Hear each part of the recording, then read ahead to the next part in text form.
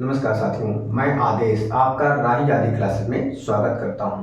उम्मीद है मेरे द्वारा कराई गई क्लासेस आपको पसंद आ रही होंगी। जहां पर भी हिंदी पूछेगा, चाहे वो आरओ हो, बिहार शिक्षक भर्ती हो, यूपी पुलिस हो, यूपीएसआई हो, लेखपाल हो इत्यादि कोई भी परीक्षा हो, जहां पर हिंदी पूछेगा आप सभी को पर्याप्त होगा।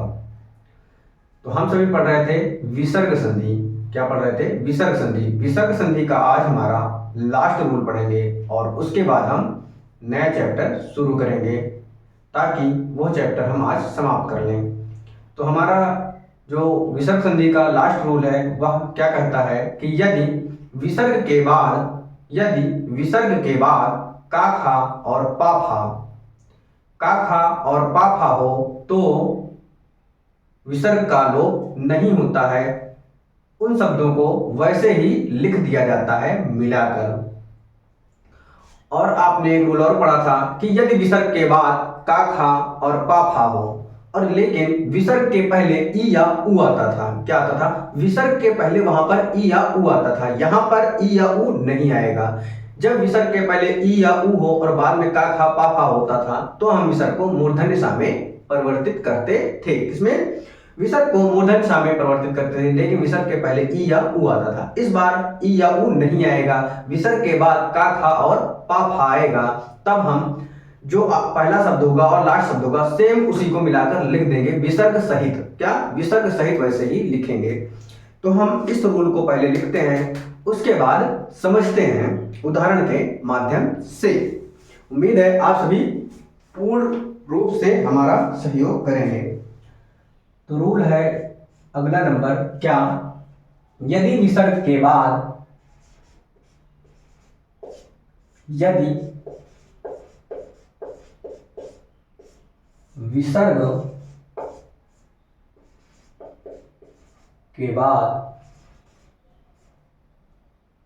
का खा या फिर पा फा, का खा और पा फा हो तो क्या कह रहा है? यदि विसर्ग के बाद का खा और पा फा हो तो विसर्ग में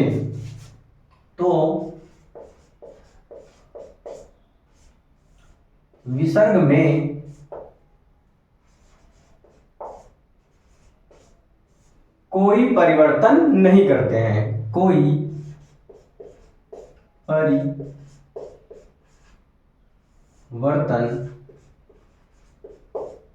नहीं करते हैं। क्या? उसके बाद कोई परिवर्तन नहीं करते हैं विसर्ग में। हमने इसके पहले रूल पढ़ा था, यदि विसर्ग के बाद का खा पा फा हो, लेकिन विसर्ग के पहले ई या ऊ आता था तो हम उस विसर्ग का मूर्धन्य सा में परिवर्तित करते थे। इस बार विसर्ग के पहले ई या ऊ नहीं आएगा। तो अब हम चलते हैं अपने उदाहरण के माध्यम से समझते हैं। जैसे हमारा उदाहरण क्या है कि प्रातः धन काल। क्या? प्रातः धन काल। यहां पर आप सभी देख रहे हैं कि विसर्ग के पहले ई या ऊ नहीं है, लेकिन बाद में क्या बोला है? का खा और पा फा हो। यहां पर देख रहे हैं आप का है, तो यह जो विसर्ग है इस विसर्ग का हम लोप नहीं करते हैं, यानी विसर्ग में परिवर्तन कुछ भी नहीं करते हैं, सेम वैसा ही सब कुछ लिख देंगे। तो हमारा संधि करने पर जो शब्द बन जाएगा, क्या बनेगा? प्रातः काल। क्या बन गया? प्रातः काल शब्द बन गया संधि करने पर। हम देखते हैं इस रूल का अगला उदाहरण क्या कह रहा है कि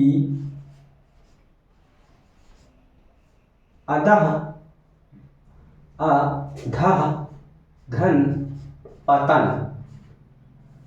अधः धन पतन सेम उसी प्रकार से जैसे हमने प्रातः काल का संधि किया, उसी प्रकार अधः धन पतन का भी करेंगे कि विसर्ग के बाद पा या फा या का या खा हो तो हम विसर्ग में कोई परिवर्तन नहीं करते हैं। और यहाँ पर भी हम देख रहे हैं कि हमारा संधि करने पर जो शब्द बनेगा क्या बनेगा, अधः पतन। क्या हो जाएगा, अधः अधः धन पतन। आप सभी को समझ में आ गया होगा। फिर देखते हैं अगला उदाहरण, क्या, अंतः धन करण। क्या, अंतः धन करण। ठीक इसी प्रकार विसर्ग के बाद का आया है तो हम विसर्ग में कोई परिवर्तन नहीं करेंगे, तो हमारा जो संधि करने पर शब्द बन जाएगा वह बनेगा अंतः करण। क्या बनेगा, अंतः करण शब्द बन जाएगा संधि करने पर। उम्मीद है आपको यह रूल समझ में आ गया होगा। इसके हम और उदाहरण देखते हैं, जैसे पयः धन, क्या, पयः धन पान। क्या, पयः धन पान। तो हमारा संधि करने पर जो शब्द बनेगा पयः पान बन जाएगा। पयः पान संधि करने पर शब्द बन जाएगा। यह रूल यहीं पे समाप्त होता है। अब हम क्या करते हैं कि कुछ और उदाहरण देख लेते हैं, जैसे नोट करके आप सभी लिख लीजिए गा। क्या,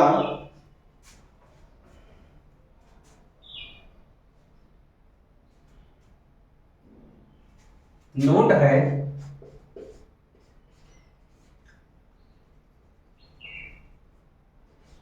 नोट कि कुछ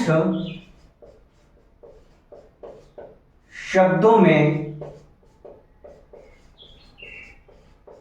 विसर्ग का, क्या, कि कुछ शब्दों में विसर्ग का सा हो जाता है। क्या हो जाता है, विसर्ग का सा हो जाता है, कि कुछ शब्दों में विसर्ग का सा हो जाता है। इसका उदाहरण हम देखते हैं, जैसे क्या, पुरः धन कार। क्या, कि पुरः धन कार। यह हमारा अपवाद के स्वरूप पढ़ सकते हैं। जैसे इसमें क्या था, विसर्ग के बाद का खा पा फा है, तो हम विसर्ग को सेम उसी प्रकार लिख देते थे। यहाँ पर आप सभी देख रहे हैं, अपवाद के स्वरूप देख लीजिए नोट करके, कि विसर्ग के बाद का आ रहा है, लेकिन हम इसे पुरः धन कार यानी पुरः कार शब्द नहीं बनाएंगे। क्यों, क्योंकि कुछ जगह पर विसर्ग का सा कर देंगे। जैसे यहाँ पर विसर्ग है, इसका हम सा करेंगे तो हमारा शब्द क्या बनेगा, पुरस्कार। क्या, पुरस्कार शब्द बन जाएगा संधि करने पर। यह रूल नोट के माध्यम से लिख लेना, नोट करके, या इसे अपवाद भी कह सकते हैं। क्यों, क्योंकि यह रूल इस पर डिपेंड होता है कि क्या, विसर्ग के बाद का था पा फा आता था तो हम विसर्ग में कोई परिवर्तन नहीं करते थे, सेम उसी प्रकार लिख देते थे। लेकिन यहाँ पर हम देख रहे हैं अपवाद इसका, कि विसर्ग के बाद का आ रहा है, लेकिन हम परिवर्तन कर रहे हैं। क्या, कि इस विसर्ग का हमने सा में परिवर्तन कर दिया। आप सभी को समझ में आया होगा। इसका हम और उदाहरण देखते हैं। क्या, अगला उदाहरण है,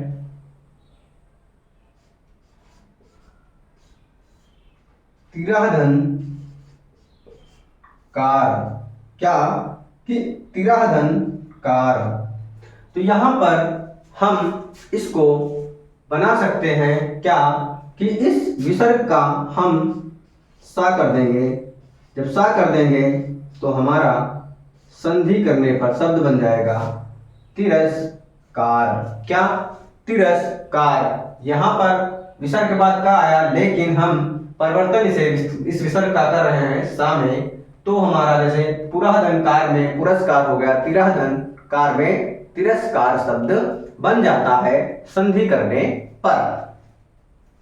फिर है अगला एक उदाहरण और देखिए, जैसे भाधन कार। क्या? भाधन कार। तो यहां पर भी संधि करने पर हमारा क्या बनेगा, देखते हैं। जैसे भास्कर शब्द कार ना होके कर होगा। भाधन कर। क्या? भाधन कर। तो हमारा यहां पर क्या बनेगा, भास्कर शब्द बन जाएगा संधि करने पर। ये हमारे सभी आज तक हमने जो भी पढ़ा, विसर्ग संधि 2 दिन से पढ़ रहे थे, विसर्ग संधि हमने आज समाप्त कर लिया। हमने संधि चैप्टर पूर्ण रूप से समाप्त कर लिया, चाहे वह स्वर संधि हो, विसर्ग संधि हो या व्यंजन संधि रही हो। अब हमने वर्णमाला और विसर्ग संधि चैप्टर समाप्त कर लिया। आप सभी कोई भी प्रैक्टिस सेट उठाइए कहीं से भी और वर्णमाला के क्वेश्चनों को और संधि के क्वेश्चनों को हल कीजिए। आपका 99% या 90% आपको पूर्ण रूप से क्वेश्चन यहीं से मिल जाएगा। और जो मैं नहीं बोल रहा हूं 10%, वो आपके ऊपर है, क्योंकि आप कितनी प्रैक्टिस करते हैं और कितना अपने आप से भी पढ़ते हैं, वो आपके ऊपर जाता है। लेकिन क्वेश्चन आपको यहीं से मिलेगा। अब हम अपना नया चैप्टर को शुरुआत करते हैं, जो हमारा आज पढ़ेंगे विराम चिन्हों के बारे में। किसके बारे में? विराम चिन्हों के बारे में देखेंगे।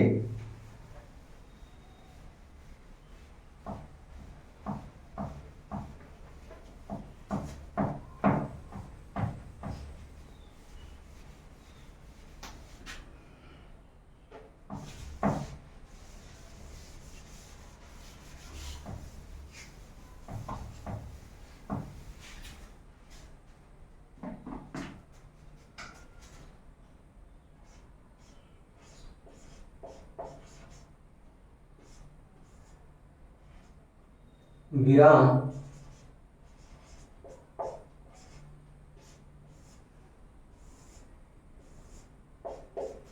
विराम चिन्ह। विराम चिन्ह, विराम चिन्ह का जो अर्थ होता है शाब्दिक, वह होता है ठहराव। ठहराव या रुकना। ठहराव या रुकना। जैसे हम किसी से बात करते करते या कोई सेंटेंस बोलते बोलते थोड़ी देर के लिए हम ठहराव लेते हैं या रुक जाते हैं, तो वो हमारा विराम चिन्ह होता है। तो हम सभी लिखते हैं विराम चिन्ह का अर्थ। विराम चिन्ह का अर्थ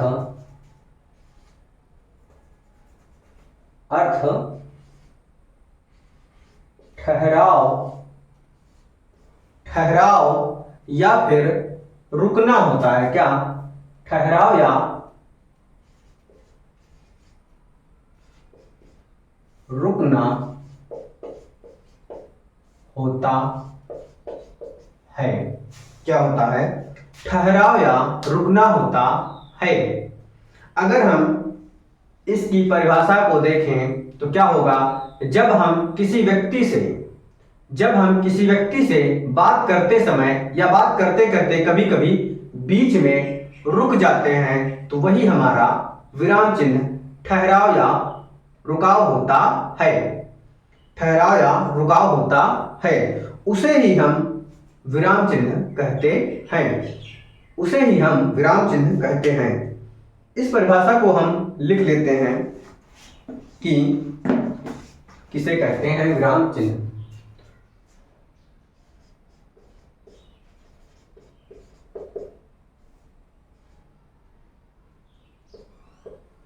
परिभाषा के तहत क्या,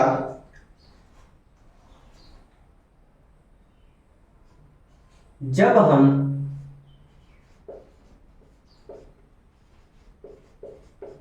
अपने शब्दों में लिखते हैं, ना कि किताबी भाषा में, जब हम किसी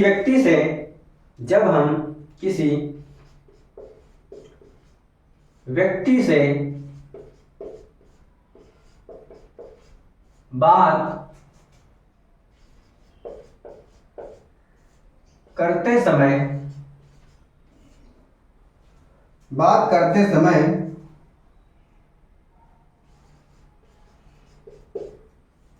कभी कभी बीच में रुकते या ठहरते हैं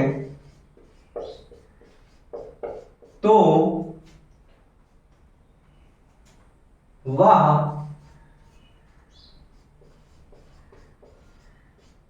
विराम चिन्ह कहलाता है। विराम चिन्ह कहलाता है। क्या कहलाता है? वह विराम चिन्ह कहलाता है। हम अब क्या करेंगे? विराम चिन्हों को देखेंगे। लेकिन जो कामता प्रसाद गुरु हैं, यानी अगर क्वेश्चन पूछ ले आपको एक नंबर में कि विराम चिन्हों की संख्या कितनी होती है, एक नंबर में पूछ लेगा, 4 विकल्प दे देगा, तो क्या विराम चिन्हों की संख्या कितनी होती है? तो जो कामता प्रसाद गुरु हैं उन्होंने विराम चिन्हों की संख्या को 20 संख्या बताई है। कितने? 20 संख्या बताया है उन्होंने। तो आप सभी लिख लीजिए यह भी कि कामता प्रसाद गुरु के द्वारा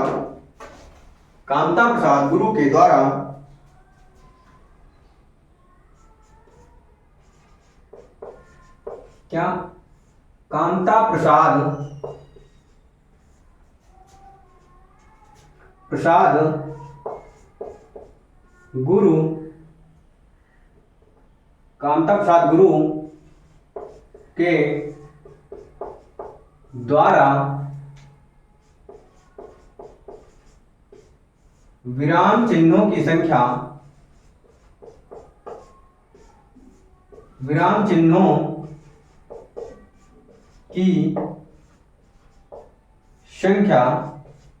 20 बताई गई है। कितना? 20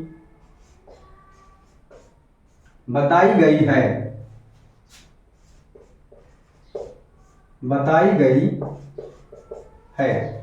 कितनी बताई गई हैं? 20 बताई गई हैं। आप सभी क्लास को पूरा देखा कीजिए, क्लास को पूर्ण रूप से देखा कीजिए, सुना कीजिए, तब आपको पूरी क्लास समझ में आएगी। पता जरा शुरुआत में आते हैं 5 मिनट के लिए देखते हैं तो कहां से समझ में आएगा? पूरा देखा कीजिए। तो यहां पर 20 संख्या बताई गई है, लेकिन अब हम एक एक विराम चिन्हों को देखेंगे। जैसे हमारा पहला विराम चिन्ह है, क्या है? अल्प विराम। पहला क्या है? अल्प विराम। अल्प विराम क्या होता है? जब हम किसी से बात करते समय या कोई सेंटेंस बोलते समय थोड़ी देर के लिए ठहरते हैं या रुकते हैं तो वो हमारा अल्प विराम होता है। क्या? वह हमारा अल्प विराम होता है। तो हम चिन्हों को ही देखेंगे। तो जो अल्प विराम का चिन्ह होता है आप सभी जानते हैं कि इस प्रकार होता है। कैसे? ऐसे जो लिखा होता है, जैसे राम, श्याम, आगे और लिख दिया जाए। तो ये जो बीच में लिखा होता है राम, फिर थोड़ी देर रुकते हैं, फिर श्याम, यानी कई सारे लोग होते हैं। तो जो यहां पर निशान होता है, चिन्ह होता है, वह हमारा अल्प विराम चिन्ह होता है। क्या होता है? अल्प विराम चिन्ह होता है। तो ये हमारा चिन्ह हो गया अल्प विराम का। उसके बाद हम देखते हैं दूसरा चिन्ह। क्या? दूसरा चिन्ह क्या होता है?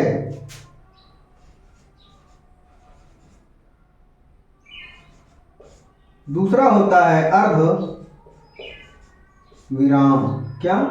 अर्ध विराम। दूसरा है अर्ध विराम। यहां पर क्या होता है, जो अर्धविराम का चिन्ह होता है वह क्या होता है, अल्पविराम। जहां पर अल्पविराम से ज्यादा रुका जाए, क्या अल्पविराम से ज्यादा रुका जाए तो वहां पर अर्धविराम होता है। तो जो अर्धविराम का चिन्ह होता है वह होता है इस प्रकार से। कैसे? इस प्रकार से जो होता है वह होता है अर्धविराम। इसके बाद हम देखते हैं तीसरा क्या है, पूर्ण विराम। तीसरा क्या है, पूर्ण विराम। जब हम कोई वाक्य को, कोई सेंटेंस को पूर्ण कर लेते हैं, यानी कोई बात हम बोल रहे होते हैं और उसको जो पूरा कर लेते हैं उसके बाद जो रुकते हैं, जो ठहरते हैं, तो वह हमारा होता है पूर्ण विराम। क्या होता है? वह हमारा होता है पूर्ण विराम। पूर्ण विराम का चिन्ह जो होता है इस प्रकार होता है। इसके बाद हम चौथा देखते हैं। चौथा है प्रश्न वाचक चिन्ह। प्रश्न वाचक चिन्ह। चौथा क्या है कि प्रश्नवाचक चिन्ह है। यह क्या होता है, जब हम किसी से प्रश्न पूछते हैं, जैसे तुम कहाँ जा रहे हो या तुम्हारा नाम क्या है, यानी जो प्रश्न करेंगे तो वहां पर हमारा प्रश्नवाचक चिन्ह होता है। जो हमारा इस प्रकार चिन्ह बना हुआ होता है वह हमारा प्रश्नवाचक चिन्ह होता है। इसके बाद हम पांचवा देखते हैं। पांचवा कौन सा है? विस्मयादि। क्या?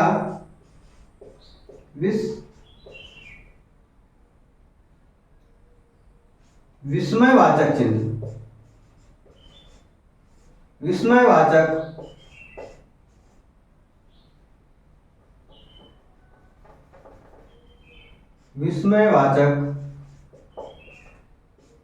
चिन्ह।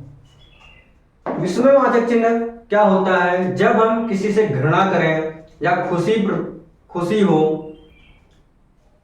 तब, या शोक हो तो, जैसे हाय, अरे, वाह, ये सभी शब्द क्या होते हैं? विस्मयवाचक शब्द होते हैं। इन सभी शब्दों के बाद में जो निशान होता है वह होता है विस्मयवाचक चिन्ह। विस्मयवाचक चिन्ह जो होता है वह इस प्रकार होता है। कैसा होता है? विस्मयवाचक चिन्ह इस तरह से होता है। इसके बाद हम छठा देखते हैं। छठा क्या कि निर्देशक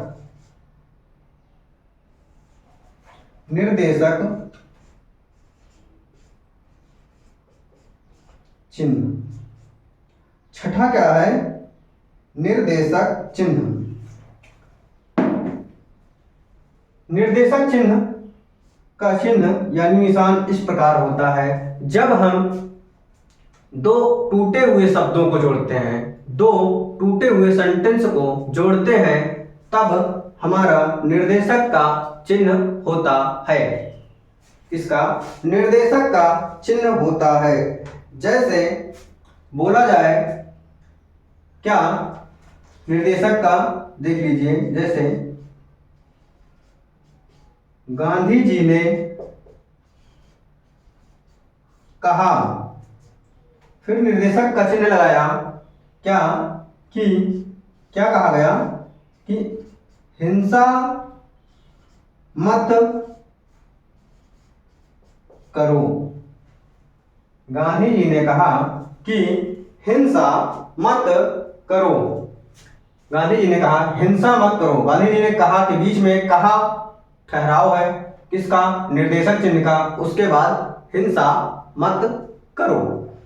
अब तक हमने 6 रूल को देख लिया है।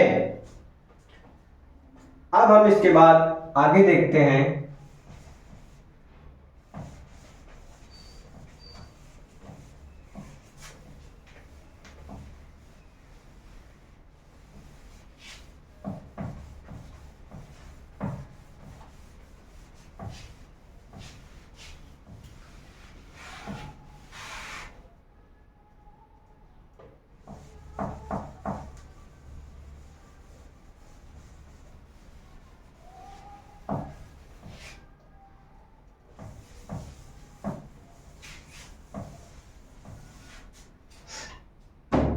हमने निर्देशक चिन्ह देखा।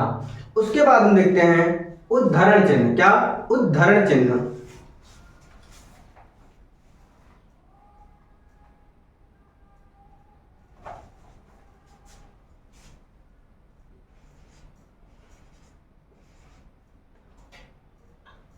उद्धरण या फिर इसी को बोलते हैं क्या कि अवतरण।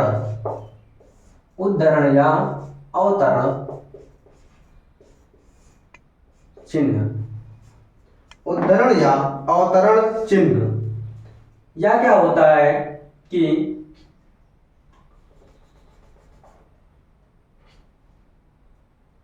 एक तो हम इस प्रकार से देखते हैं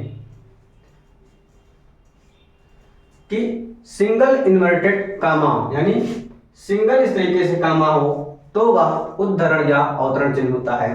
एक और होता है कैसे कि इस प्रकार से दिया गया होता है। इसमें क्या होता है कि किसी व्यक्ति के द्वारा, किसी महान व्यक्ति के द्वारा जो कथन कहे गए होते हैं ठीक ज्यों का त्यों, उस कथन में कोई परिवर्तन ना करके जब ज्यों का त्यों लिखते हैं उस कथन को, तो उस कथन को हम उद्धरण चिन्ह के अंतर्गत लिखते हैं। तो ये हमारा हो गया उद्धरण चिन्ह। यह नंबर कौन सा था? छठा नंबर था। सातवां नंबर था। कौन सा था? सातवां नंबर था। छठा तो निर्देशक चिन्ह था यहां पर। इसके बाद हम देखते हैं आठवां। आठवां क्या है?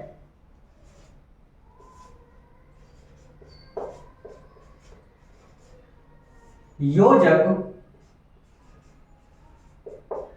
चिन्ह। क्या है आठवां? योजक चिन्ह।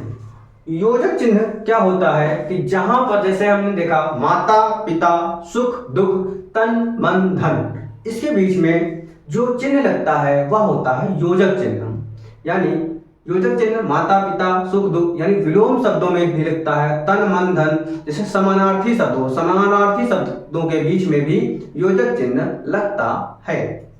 तो हमारा जो योजक चिन्ह का निशान होता है वह होता है इस प्रकार। निर्देशक और योजक सेम दिखते हैं, लेकिन योजक इस प्रकार होता है, निर्देशक थोड़ा बड़ा होता है। क्या?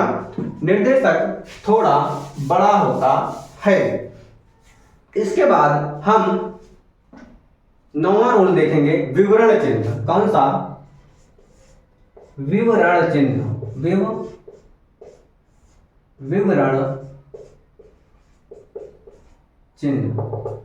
विवरण चिन्ह किस प्रकार से होता है यह हमें देखना है।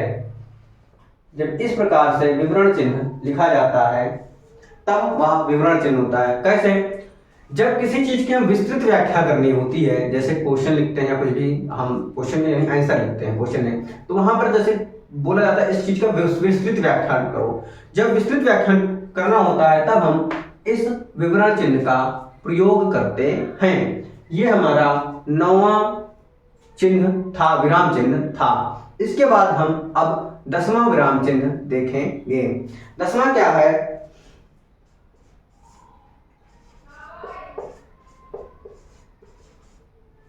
कोष्ठक चिन्ह। क्या है 10वां? कि कोष्ठक चिन्ह। अब कोष्ठक चिन्ह जो होता है वह 3 तरीके से होते हैं, जैसे कि आप सभी देख रहे हैं। एक कोष्ठक तो हम बनाते हुए चले आ रहे हैं। कोष्ठक चिन्ह एक हो गया, दूसरा इस प्रकार से होता है कोष्ठक चिन्ह, तीसरा इस प्रकार से होता है कोष्ठक चिन्ह। इस चिन्ह का प्रयोग क्या होता है कि कोई चिन्ह को दिखाना होता है हमें, तब हम कोष्ठक का प्रयोग करते हैं। कोई अंक को दिखाना हो जैसे 1, तब भी किसी चिन्ह को दिखा रहे हैं हम, तब भी हमने कोष्ठक का ही प्रयोग करते हुए आए हैं। तो ये हमारा 10 विराम चिन्ह हो गया है। तो हमारी क्लास ज्यादा लंबी ना हो, आधे घंटे की क्लास हो चुकी। अब हम इस क्लास को यहीं तक रखते हैं। आगे की क्लास हम अब कल करेंगे। आप सभी को क्लासेस पसंद आ रही होंगी। जो लोग जुड़ रहे हैं उनका तहे दिल से शुक्रिया अदा, धन्यवाद। आप सभी को इस क्लास में जुड़ने के लिए जो लोग देख रहे हैं जुड़कर शुरू से अंत तक, उन सभी का धन्यवाद। आज की क्लास को यहीं पे समाप्त करते हैं। आप सभी का धन्यवाद।